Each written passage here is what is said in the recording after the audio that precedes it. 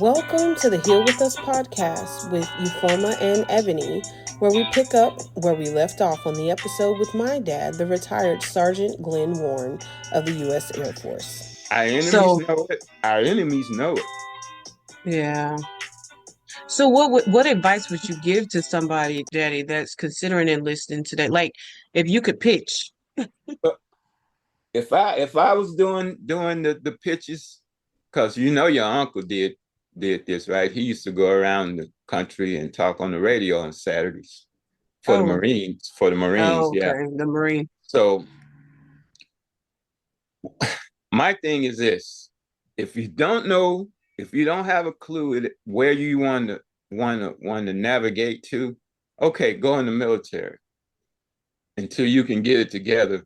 So meanwhile, you're gonna get the benefit of having a GI Bill. Also, while you're in there, you got tuition assistance. So if you use your tuition assistance for the first 4 years you're in there, you're gonna at least have an associate degree and probably really close to a bachelor's if you do it from day one. Mm-hmm. And then you use that GI Bill for your graduate degree or something else that may interest you, certificates. If you don't know, then do that. But if you're not sure, don't do that because it could ruin your life. Mm. It's not so bad now as it was when I was younger, because the military has adapted itself to the way people are now. Mm-hmm. Okay, they literally wear beards. Beards? Beards. Yeah, they don't look like this. Wow. So, and it's okay. And I'm like, you ain't got a shaving waiver? Yeah, I do. I'm like, but you ain't got pseudofolliculitis. And even if you do, you ain't supposed to shape it up and make it look really nice. You're supposed to look gruffy. And he's like, well, all right. And females can wear their hair down. I remember that change. Yeah. That was a big deal. I think the biggest surprise to me and I'll just say it.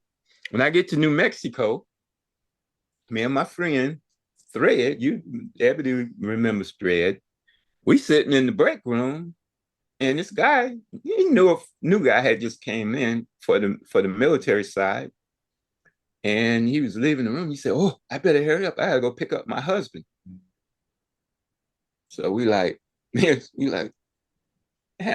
that right. So we waited till one of the other younger guys came in. I was like, man, he said something about a husband. He said, oh yeah. He has a husband. It's like it wasn't nothing. And I'm like, Thread, don't say nothing. Just leave it there, bro. Leave it there. Remember, we gotta love everybody. He's like, and I say, I ain't got no issue with it, but it shows the change because I was part of a military climate that actually went after these people before don't ask, don't tell. So now, tell all you want, nobody cares. And that's fine. You know what? Because we need them. We ain't got the troop strength not to keep them. No, that's different. Yeah. That's a different perspective for what we have in right now. Yeah, no.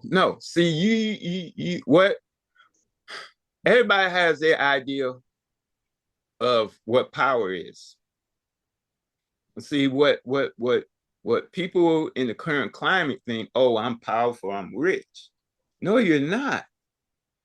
The power of a man is to show how he can bring a country together and make it that, united, make it that, because we all are different. Down here where I'm working, live, doing, most of the time, the LGBTQ community keeps this place alive. Because when they have functions, you can't find a hotel. Not only you can't find it, they raise the price about $150 more. Hey. So they spending money, right? They keeping this place afloat because otherwise it wouldn't. It's too expensive down here. Like Yeah, dude. Ebony knows what BHA is. I'm pretty sure that's for the housing. Mm-hmm. Down here, it's $4,000 something a month. A month? A month. Dang. Guess what? They can spend all of that almost, depending on where they want to live. They can use that entire amount. Wow. Why? What would you? Why? I don't know. This ain't nothing down here worth what it looks like on what they're asking for, other than you're paying for the water. I can get water somewhere else. I can drive to the water. True. Don't we have water in our backyard? That's good enough for me. Then we can drive up the street another 10 to 15 minutes and be at the beach. Yeah. So everything is prestige and status. Mm-hmm.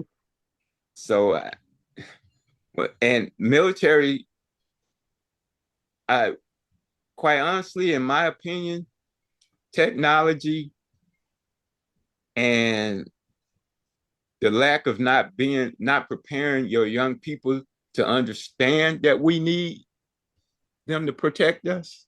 Yeah. It's gone. It's gone. So if you're looking back now, what would you have done differently as a young enlistee? I probably would have listened more to Ebony's mom and other people around me, and went to school and got my degree then, and became an officer, to where I know as I would go up the officers ranks, I get more responsibility and I have a bigger voice.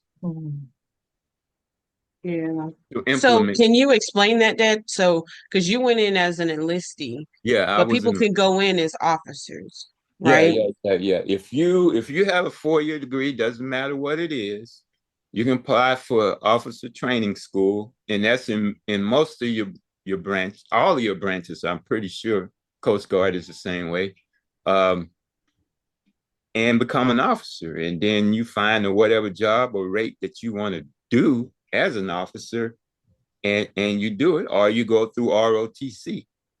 The Navy and the Air Force gives really lucrative ROTC scholarships, so you can do that now. And accepting that, they don't give you nothing for free, so you're gonna either give them, I don't know if they give you 1 for 1 now. It used to be 2 for 1. 2 years for two 2 years for 1 year of your ROTC, which was 4 years total, right? So so you gotta give them 8 years of time. Wow. Like y'all remember David Robinson, right? He went to the Naval Academy. At the time, he was able to negotiate going into the reserves. Therefore, he can go in and play basketball in the NBA. But he still had to do his reserve duty. But reserve duty, I'm sure reserve duty was 2 for 1. You had to do 8 years. So nowadays, I don't have a clue. I don't know how they do it. I do know last year, because of the low recruitment, that they lost some people. So if I was like retiring tomorrow and they say, oh, we under stop loss, you're gonna have to stay around another year and 18 months. Dang. I'm like, man, I'm retiring. I don't know what you're talking. No, nobody's retiring, nobody's getting out. We're gonna make you stay in until that. And if we need the whole 18 months, we're going to use the whole 18 months. Yeah. So yeah. So what do you think? Because I know you kind of talked about this a little bit, but just wanting to focus on what an enlistee or someone coming in as an NCO, what skills or what habits should they have to make them ultra successful in the military? Do you know that now? Yeah. Well, now I want to say it's probably a little. The thing about low recruitment, we tend to promote faster. I mean, in the Air Force, we had to take a test. You had to take Mm-hmm. a professional military education and then your skills test, and you put them together along with your service medals and your time in service, time in grade, and all of that in education. Well, it's changed a lot since then. So I hear it. I would hear him talk about it. I'm like, man, that's not fair to everybody. You Mm-hmm. know. So um, what I would tell someone is focus on what it is that you where you want to be and do it in yearly increments, because that first year you're going to spend learning whatever job you know. Mm-hmm. What you signed up So to do. yeah, what you sign up to Mm-hmm. do. So and then after that, probably after a year and a half, you will be a E4. So now you're getting closer to that NCO rank. So now you have to test to go to E5. Um, if that's what you want to do, this is the time. If this is going to be your career, and when I say career, doesn't mean you're going to retire at it, but a career beyond your first enlistment. Once Mm-hmm. beyond your first enlistment, you considered a career person. Um, so have your plan ready. If you're only gonna do another hitch, make sure you position yourself in that hitch and you start working Mm-hmm. yourself toward whatever it is was in education that you're trying to do, or if it's a small business, entrepreneurship or whatever. You need to start once that first hitch is up, that first 4 years up, you need to focus on that and getting as high up in the ranks as you can get. Mm-hmm. That'll help you. Yeah. Well, can you because you talked about the BHS, ugh, BHA. BAH, which is the basic allowance for housing. Aren't Yeah, there other perks like you talked about the GI Bill where people can yeah. get there, Well, but it's don't they have transition assistance for school. I mean, mhm, uh, healthcare? healthcare. Well, yeah, you have healthcare, but you and your sister was born in a military hospital. They don't have those anymore. Hmm. So you're on TRICARE. So basically, Hmm. I mean, I'm on TRICARE for life now because I'm retired. Uh, so it that's not there. That perk, That's okay. something you're gonna have to think about. Also, Right. if you have a sickly child, and this is where you are, then you have to bring that into the mix. Hmm. What I always instructed the young guys that were getting out, I always told them, don't look at the amount of pay the job offers only, because it offers other things. 401ks, health insurance. All right. So when you sitting down trying to come up with a number of what you want to work for, you got to put a dollar value to those things. You got to put a dollar value to healthcare. Not every company is the same. That company that I was with out in New Mexico, those guys were paying $1,200 a month. For So virtually, insurance? yes. So virtually, you're giving up almost half of your check every month just for health insurance, because the company that initially took that contract knew that they couldn't get in without a union. Well, they picked people that didn't know nothing about a union, so they really just ran the show, and those people just took whatever they said because they didn't Yeah. know. Yeah. So I always tell them, put it down on paper. Put down Hmm. on what your goal and expectation is, and then you put down whatever that job is, what you expect to do. If you expect to stay in the military, plan out how long it's going to take you to get to E7, E8, E9. Plan out. If you're going to do that, then you prepare yourself. You study. You take you now you have to have education somewhat to get promoted. In the military. That's part of it now too. Mm-hmm. All right. Now my the key thing that I always told everybody, because everybody's not a leader, but the military is equipping you. That's why you have ranks. They are preparing you to be a leader at every rank until you get to E9 as an NCO. That's a chief. Mm-hmm. Once you reach E8 and above, now it takes the act of Congress to do anything to you.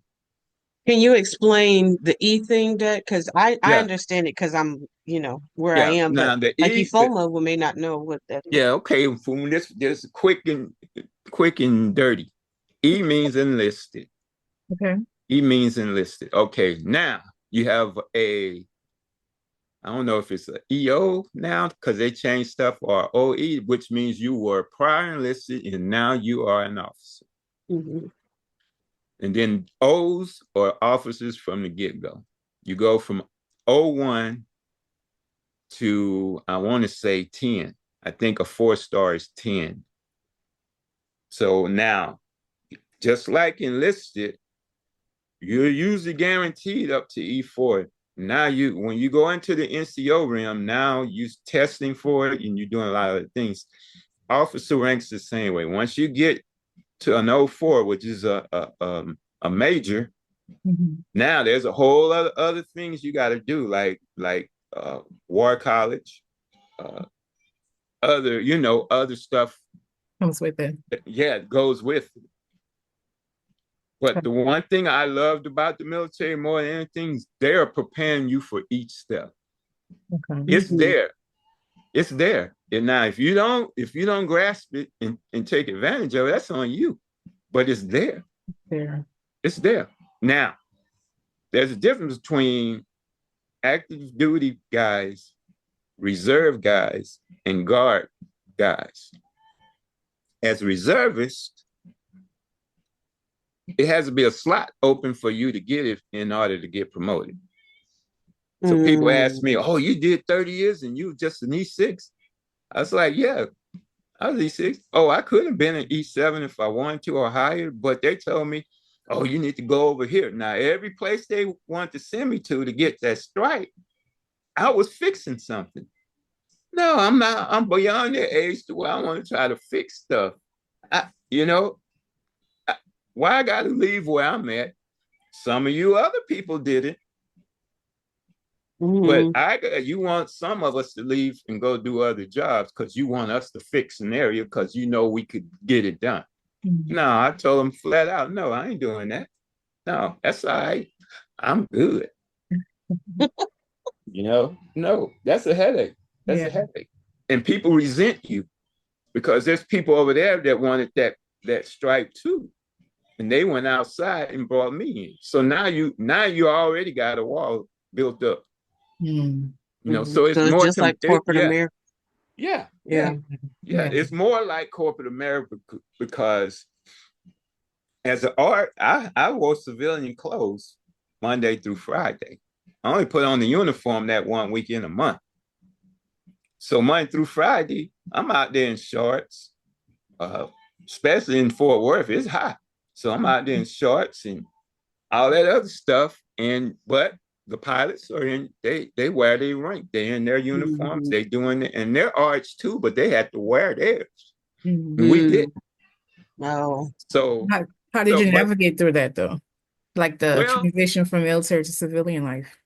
Well, the transition for me was a little easier because I went into contract work. So only thing changed was the paycheck. I'm doing the same thing I've always done. Now I'm doing a little more here because the Navy puts more responsibility on certain class. We're considered what you call AMEs.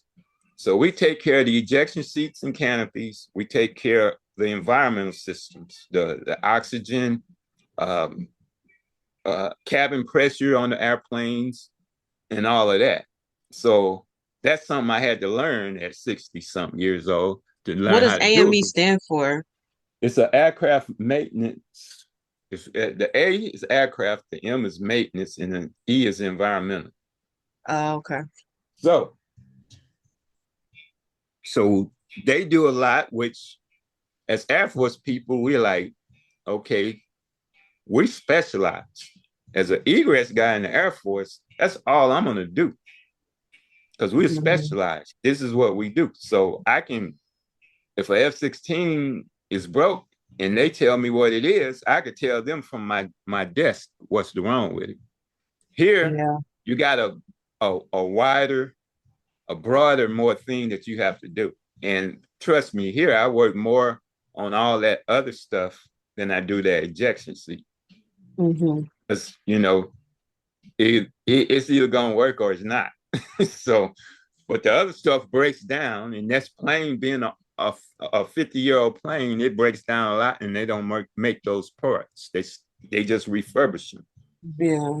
So you would say for you it was easier because you kind of, it's like you went from the military to being on a military base or post, and then working at those same places as a contractor. Yeah. What resources do you think are best for new people who are getting into the military or people who are trying to get out? What resources best helped you?